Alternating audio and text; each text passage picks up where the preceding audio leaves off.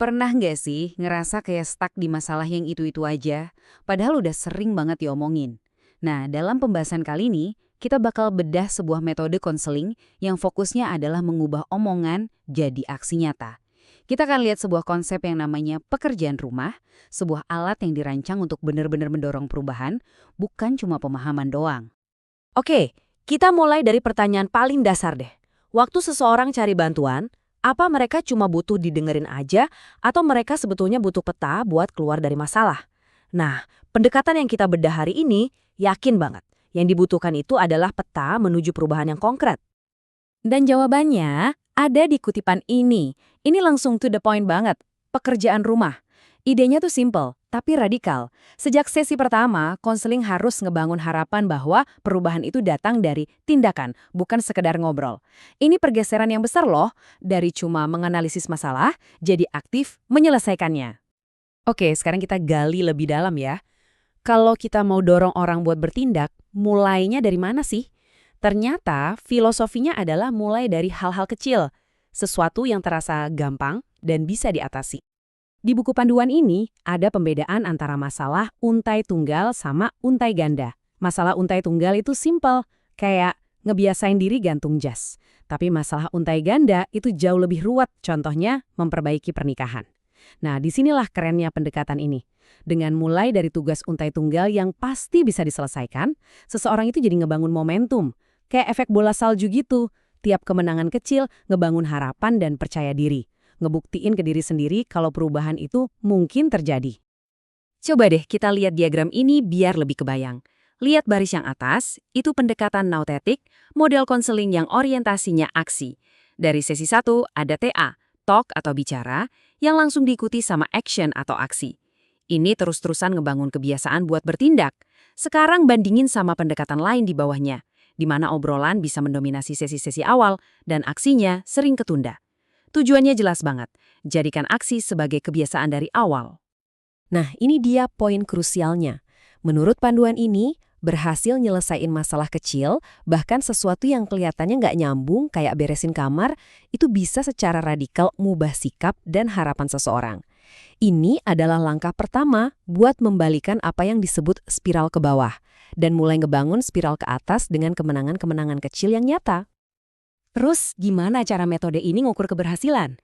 Nah, ini bagian yang menarik banget, karena ini menantang cara kita biasanya mikir tentang kemajuan diri. Coba bayangin, pada satu waktu tertentu kita ambil foto kemajuan. Hasilnya kayak gini. Konseli A ada di posisi paling tinggi, paling deket sama angka 100%. Konseli B di tengah, dan C di bawah. Sekilas gampang banget kan nyimpulin kalau A yang paling berhasil, tapi ini cuma potret sesaat yang bisa nipu. Tapi waktu kita lihat filmnya selama 6 bulan, ceritanya jadi beda total. Grafik ini nunjukin perjalanan mereka. Sekarang coba lihat, siapa yang kemajuannya paling besar? Jelas konseli C. Meskipun posisinya sekarang masih di bawah A, arah perjalanannya itu konsisten naik. Sebaliknya, A malah lagi tren turun. Nah, ini ide kuncinya. Yang lebih penting itu bukan di mana posisi kamu sekarang, tapi ke arah mana kamu bergerak. Ujung-ujungnya, semua pendekatan ini punya tujuan yang lebih besar.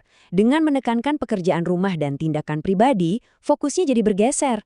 Si konseli belajar buat nggak bergantung sama konselor sebagai penyelesai masalah, tapi belajar bergantung sama tindakannya sendiri.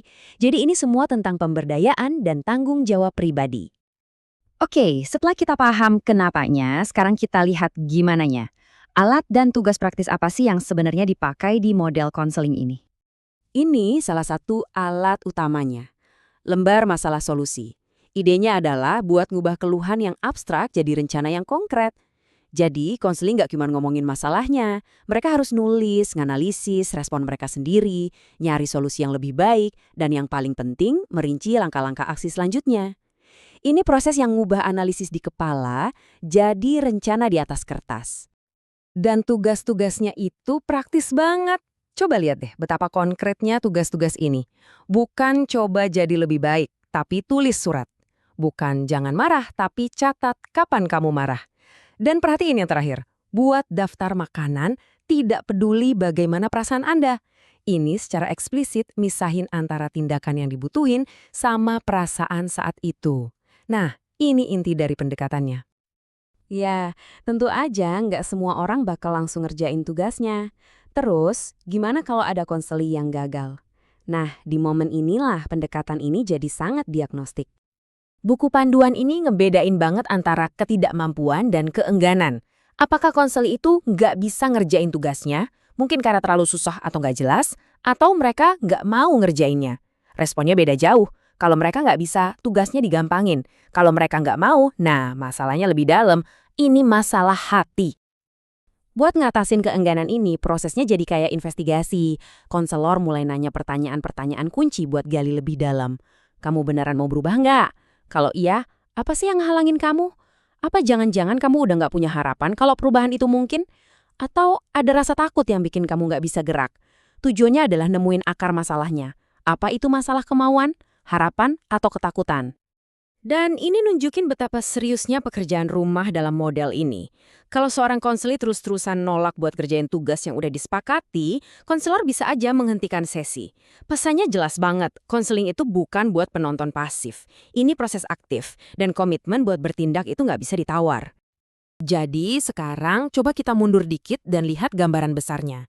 Apa sih filosofi keseluruhan yang jadi dasar pendekatan yang fokus sama pekerjaan rumah ini?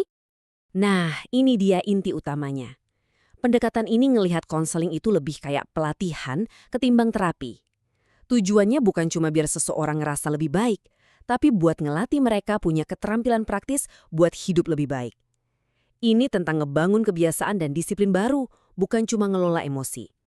Sebagai penutup, coba deh kita renungin pertanyaan ini buat diri kita sendiri.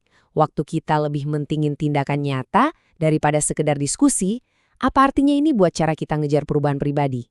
Mungkin ini ngingetin kita ya, kalau transformasi sejati itu nggak ditemuin dalam pencerahan sesaat, tapi ditempa lewat pilihan-pilihan kecil dan kebiasaan sehari-hari yang kita bangun secara konsisten dari waktu ke waktu.